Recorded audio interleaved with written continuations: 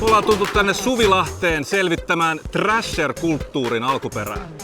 Se tarkoittaa sitä, että ihmiset skeittiparkeissa pukee ylleen roskasäkin. Mistä syystä? Hei, tyypit!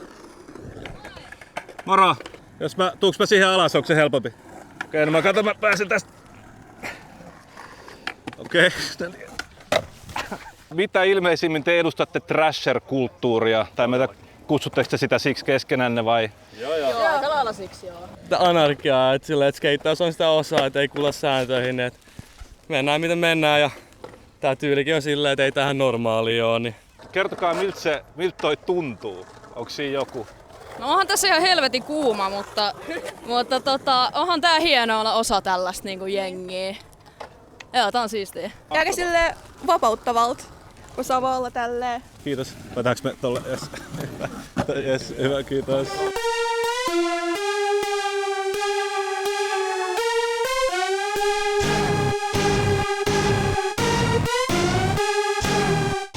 So you can hold the mic. So, this way. Yeah. Yes, just. So why the trash? Why trash? Think of it this way. What is this shit? Gucci, Versace, what?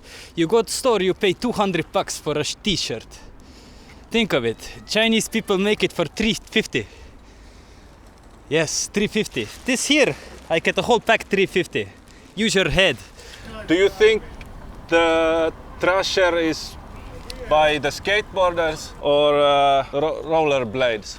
It's all about the hippity hoppity. It has 4 elements: b-boying, graffiti, DJing and MCing. And it all comes together with respect.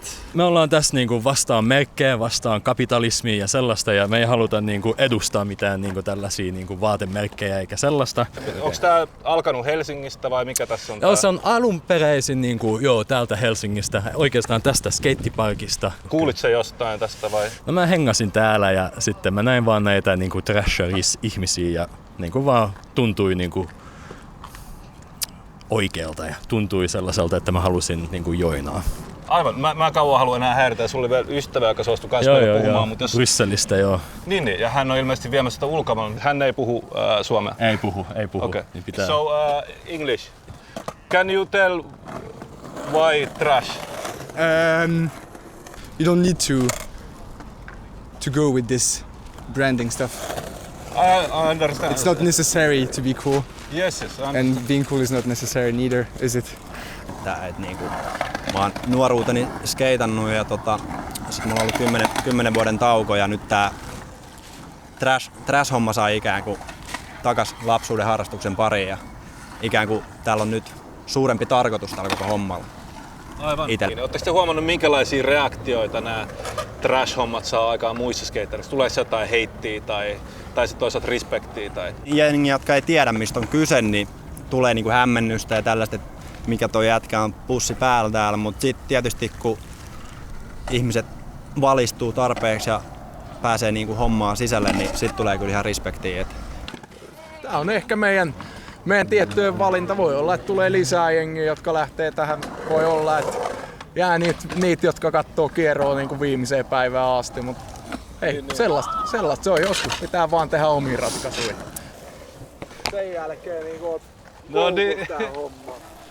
Kyllä tää on nyt näyttänyt. Kyllä tää ehkä vähän köpää, mutta se tottuu.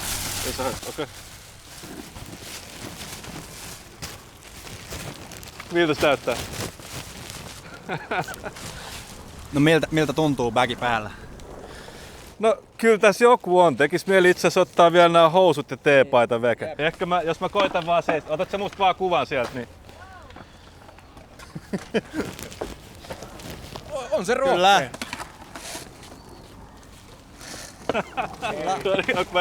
Mä rikoin sun laudan. Kiitos. Kiitos nyt. Pari päivää vierailumme jälkeen saimme kuulla, että Suvilahden skeittiparkki on määrä purkaa viihdekeskuksen tieltä.